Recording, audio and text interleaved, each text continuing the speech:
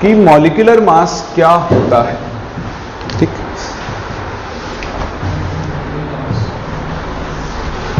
तो देखो जैसे आपने एटॉमिक मास को डिफाइन किया। अच्छा, मैंने आपको एटॉमिक मास की टेक्निकल डेफिनेशन नहीं बताई, मैं बता देता हूं, लिखने की जरूरत नहीं होती है उसको ऐसे बोलते हैं कि atomic mass is a number which tells that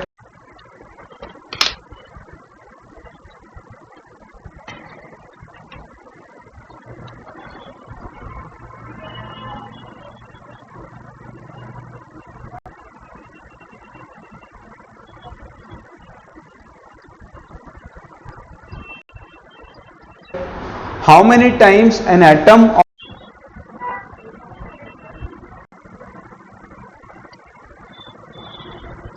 of an element is heavier than 1/12 into mass of 1 carbon 12 atom। इसकी टेक्निकल डेफिनेशन होती है कि ऑक्सीजन का एटॉमिक मास 16 है, तो ये क्या is heavier than 1/12 into mass of 1 carbon 12 atom. इसकी टेक्निकल डेफिनेशन होती है कि ऑक्सीजन का एटॉमिक मास 16 है, तो ये क्या बताता है कि ये एक नंबर है जो ये बताता है कि ऑक्सीजन का एक एटम इस वैल्यू से कितने टाइम्स हैवी होता है। तो डेफिनेशन रटने की आपको जरूरत नहीं है, ठीक है, आपको मतलब पता होना चाहिए जो हमको पता लग चुका है। ऐसे हम मॉलिक्यूलर मास को डिफाइन करते हैं, बट हम उस डेफिनेशन की बात नहीं करेंगे। हम तो मॉलिक्यूलर मास को सिंपल एक लाइन में डिफाइन करेंगे। कैसे? It is defined as the sum of atomic masses of all the elements present in a molecule. एक मॉलिक्यूल में जितने भी एटम्स प्रेजेंट होते हैं उनके एटॉमिक मासेस का अगर आप सम कर दो तो उसे हम क्या बोलते हैं, उसका मॉलिक्यूलर मास बोलते हैं। जैसे मैं आपसे बोलूं H2O, तो हाइड्रोजन का एटॉमिक मास कितना होता है 1, तो 2 हाइड्रोजन है तो 2 इंटू 1 प्लस कितना हो गया 18। समझ में आ रहा है? तो इस तरह से मैं बोलूं आपसे H2SO4, तो H2SO4 में क्या होगा 2 हाइड्रोजन तो 2 इंटू 1 प्लस 1 सल्फर। सल्फर कितना होता है 32 प्लस 4 इंटू 16, सबको ऐड करोगे कितना आ जाएगा 98। बोले यहां तक बात समझ में आ रही है आपको? अभी मैं आपको कुछ एलिमेंट्स का एटॉमिक मास लिखवाऊंगा अभी जो आपको याद रखने होते हैं, तो रटना नहीं, वो यूज करते करते आपको अपने आप याद हो जाएंगे। अभी तो आप समझो कि भाई हमने क्या किया, H2O का मॉलिक्यूलर मास निकाला, वो कितना आया 18। अब देखो मैं H2O के लिए दो चीजें लिख सकता हूं। ये आपका H2O मॉलिक्यूल, एक मैं लिख सकता हूं इसके लिए 18 और एक मैं लिख सकता हूं 18 AMU। क्या आप मुझे इन दोनों वैल्यूज में डिफरेंस बता सकते हो? बताओ ये क्या है? रिलेटिव क्या? Relative molecular mass. जैसे वहां पर 16 रिलेटिव एटॉमिक मास था, यहां पर 18 क्या है, इसका रिलेटिव मॉलिक्यूलर मास है। बताओ 18 AMU क्या है? मास ऑफ 1 H2O मॉलिक्यूल। बोलो सही है या गलत? बिल्कुल सही है। अब क्या होता है, कुछ साइंटिस्ट प्रवृत्ति के लोग होते हैं, वो बोलते हैं कि AMU की फुल फॉर्म क्या होती है? H2O molecule.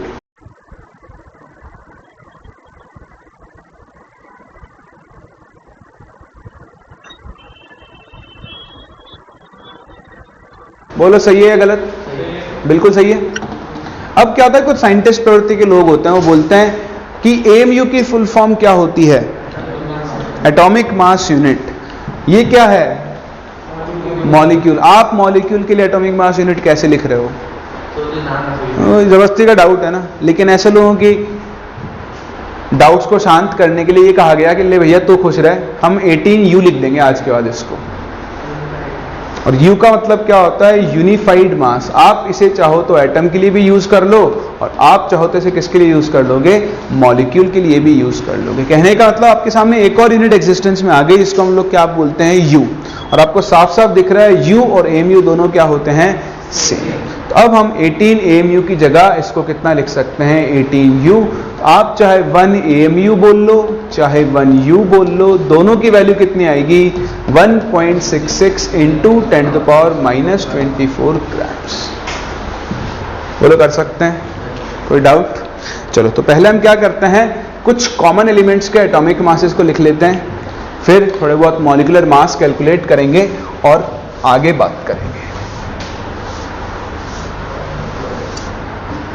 होता है 7, ठीक है, मैं सबके नहीं लिखवा रहा हूं, पर जो कॉमन काम में आते हैं वो लिख लेते हैं। हाइड्रोजन का कितना होता है 1, बताओ। हीलियम का कितना होता है 4, लिथियम कितना होता है 7, अगर आप चाहो तो बेरिलियम ले लो, वो कितना होता है 9, ठीक। उसके बाद आप चलो सीधा आगे, सोडियम से पहले भी तो ले लें, ऑक्सीजन नाइट्रोजन सभी तो रहेगा आपके। कार्बन कितना हो गया 12, नाइट्रोजन कितना हो गया 14, ऑक्सीजन कितना हो गया 16। इधर आप आ जाओ, फ्लोरीन का कितना होता है 19, नियॉन का कितना होता है 20। इसके बाद आ गया सोडियम कितना होता है 23, फिर मैग्नीशियम कितना होता है 24, एल्यूमिनियम 27, देन नंबर से चलो 27 के बाद आप ले लो phosphorus which is 31, sulphur 32, chlorine 35.5। Chlorine का 35.5 क्यों होता है, हाँ क्यों होता है, क्योंकि वो आइसोटोप की फॉर्म में एग्जिस्ट करता है, ये अपन आगे सीखेंगे। क्लोरीन के बाद आप पोटेशियम 39, कैल्शियम 40, फिर आप सीधा आ जाओ क्रोमियम पर which is 52, manganese which is 55, iron which is 56, copper which is 63.5, zinc which is 65। अब चाहो तो कोबाल्ट भी लिख लो, 59 के आसपास होता है उसका, ठीक है, तो वो होगा तो आपको जरूरत पड़ेगी, पर ये कॉमन है जो ध्यान रखने हैं। 65 के बाद आप सीधा आ जाओ मरकरी के ऊपर, मरकरी नहीं ब्रोमीन के ऊपर विच इज 80, फिर आप आ जाओ ब्रोमीन के बाद silver which is 108, iodine which is 127, एक आप याद रख लेना मरकरी जिसका एटॉमिक मास होता है 200, और लेड विच इज 208, ठीक है। तो ये आपको रटने नहीं है, वैसे तो ये एग्जाम में देवे होता है, ठीक है, जब भी पेपर होता है पेपर में आगे या क्वेश्चन के जस्ट अंदर ही आपको हमेशा एटॉमिक मास लिखे हुए मिलेंगे, ये आपको यूज करते करते अपने आप ही याद हो जाएंगे। तो फटाफट से इन्हें कॉपी करो, फिर हम एक और इंपॉर्टेंट चीज सीखते हैं। हमने एटॉमिक मास देख लिया, मॉलिक्यूलर मास देख लिया, तो एक दो क्वेश्चन कर लेते हैं मॉलिक्यूलर मास के, फिर हम डिफाइन करेंगे मोलर मास को। कॉपी करो, फिर हम लोग आगे कंटिन्यू करते हैं इसको। तो देखो कुछ एग्जांपल्स करते हैं मॉलिक्यूलर मास कैलकुलेट करने के। कैलकुलेट मॉलिक्यूलर मास, ठीक। सबसे तो simple CaCO3, second H2SO4, third sugar, fourth K4FeCN6, fifth MgCl2.6H2, ठीक है। तो कुछ कॉमन एग्जांपल्स हैं छोटे छोटे।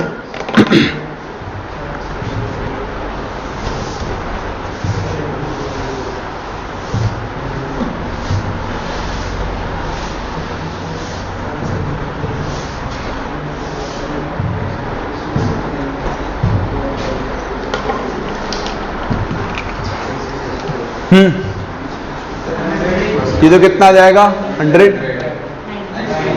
98। शुगर का फॉर्मूला C6H12O6, C12H22O11, इसका मोलर मास निकालोगे आएगा 342। देखो ये कॉमन है, आपको याद ही हो जाने चाहिए, वैसे भी याद हो ही जाएंगे यूज करते करते, है ना, मतलब रटने की जरूरत नहीं है, याद हो जाएंगे अपने आप। पता है इसका कितना आएगा, तो आप निकालो 4 इंटू पोटेशियम कितना होता है 39, प्लस 1 इंटू आयरन कितना हो गया 56। ये ब्रैकेट्स का कोई मतलब नहीं है, ठीक है, आपको सबको ऐड ही करना है। CN, ऐसा करो C और N को एक यूनिट मान लो, तो कार्बन 12 और नाइट्रोजन 14, 26, तो प्लस लिख दो 6 इंटू 26, इस वैल्यू को कैलकुलेट कर लो, आपको इसका मोलर मास मिल जाए, मॉलिक्यूलर मास मिल जाए, है ना। ऐसे ही MgCl2.6H2, तो देखो Mg हो गया 24 प्लस 2 इंटू 35.5 कितना हो गया 71, ये हो गया 95 प्लस 6 इंटू 18, तो निकाल लो 95 प्लस 108 कितना हो गया 203, सही है ना? कर सकते हैं।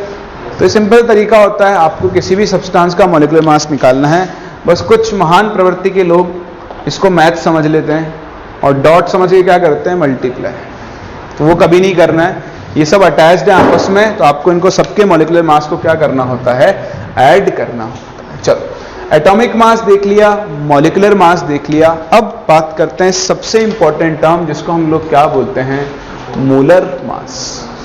क्या बोलते हैं मोलर मास। तो मोलर मास क्या होता है, यही टर्म आपके अब आगे तक काम में आने वाला है, आप जितने भी चैप्टर्स पढ़ोगे सबके अंदर, ठीक। तो व्हाट इज मोलर मास, नाम से ही पता लग रहा है मोलर, किसी भी सब्सटेंस के एक मोल का अगर आप मास निकाल लो तो उसे हम क्या बोलते हैं उसका मोलर मास।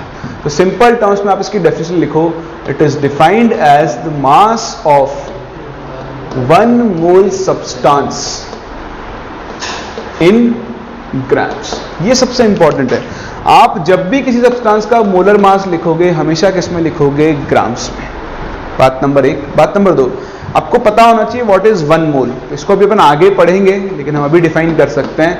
1 मोल का सिंपल सा मतलब होता है क्या 6.023 इंटू 10⁻23। इस नंबर को ही हम 1 मोल बोलते हैं। इन जनरल मैं इसे पार्टिकल्स लिखता हूं क्योंकि हम केमिस्ट्री की बात कर रहे हैं।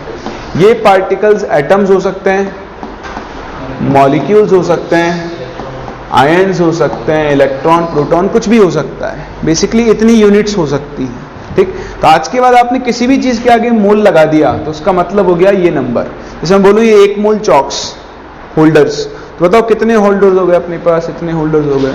आप बोलो 1 मोल फैंस, तो कितने फैंस हो गए, इतने फैंस हो गए। तो मोल का और कोई मतलब नहीं होता, मोल का सिंपल सा मतलब होता है ये नंबर। 10 नंबर को हम कौन सा नंबर बोलते हैं एवोगैड्रोस नंबर, से हम Na से रिप्रेजेंट करते हैं, ठीक। चलो अभी मोल के लिए इतनी इंफॉर्मेशन बहुत है अपने पास, इसको हम फिर आगे डिफाइन कर ही लेंगे।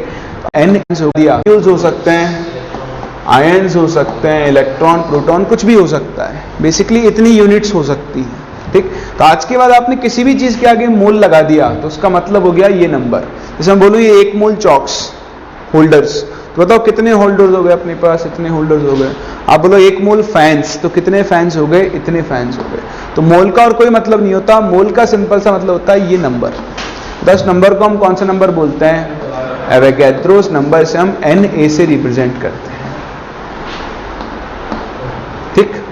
चलो तो अभी मोल के लिए इतनी इंफॉर्मेशन बहुत है अपने पास, इसको हम फिर आगे डिफाइन कर ही लेंगे। अब देखो, अब मुझे किसी चीज का मोलर मास निकालना है।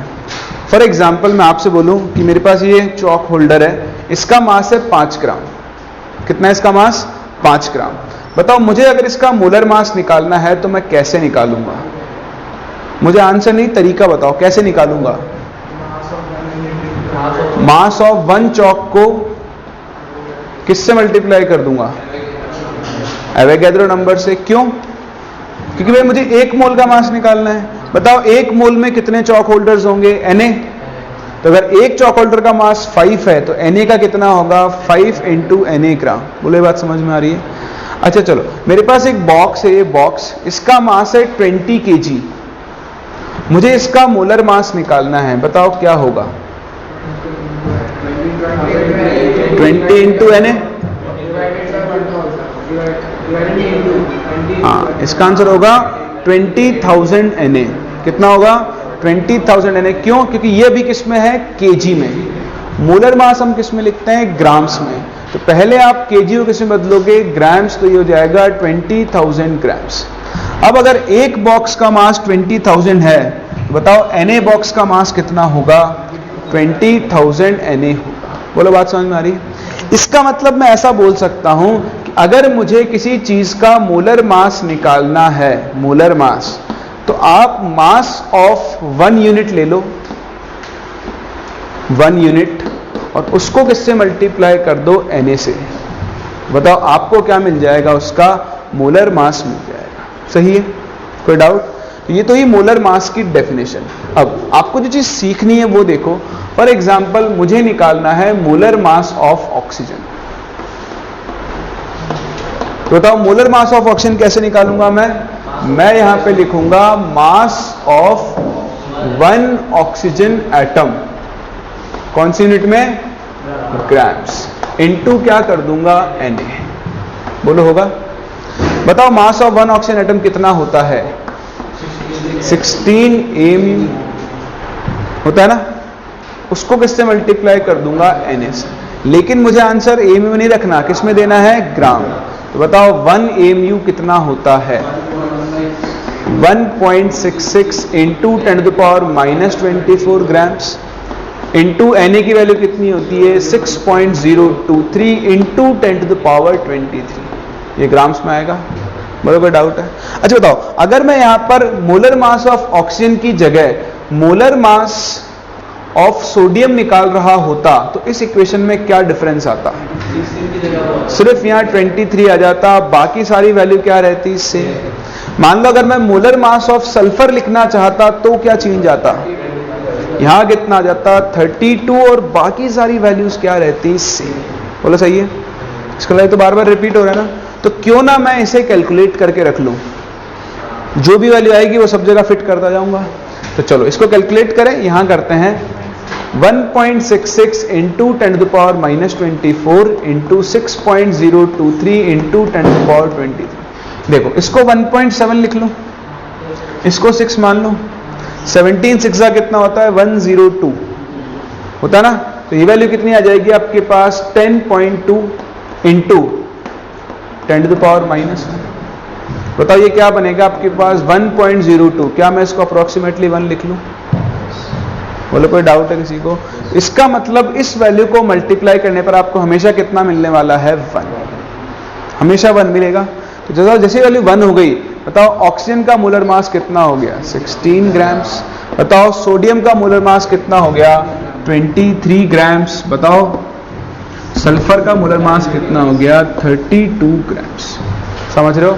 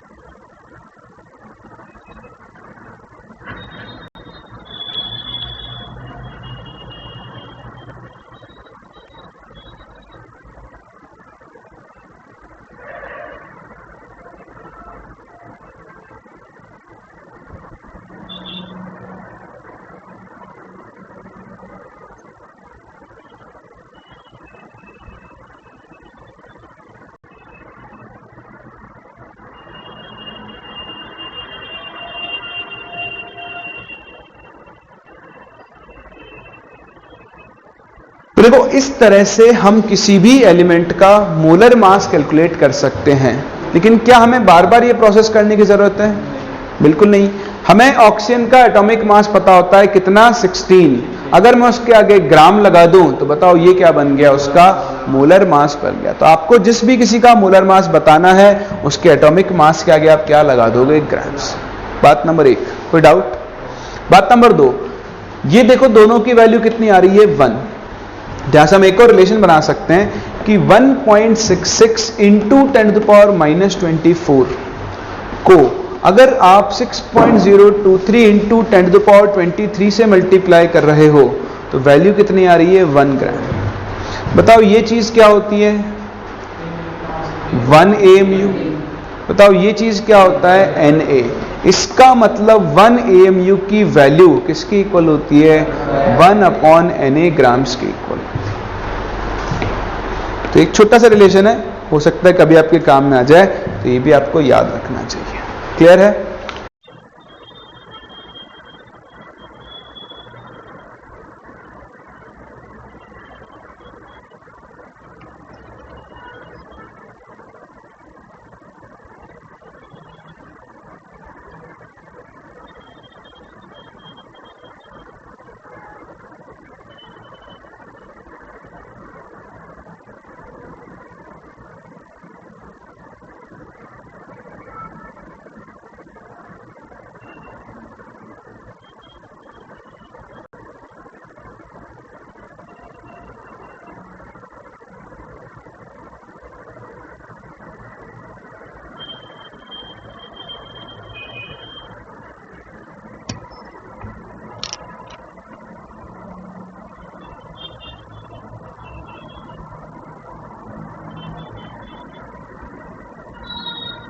कॉपी करो, फिर सारी चीजों को एक बार दोबारा से समराइज करते हैं कि हमको यहां पर जो चीज याद रखनी है, ये सब समझना था समझ लिया, अब जो याद रखना है उसकी हम लोग बात करते हैं। ठीक, क्लियर है?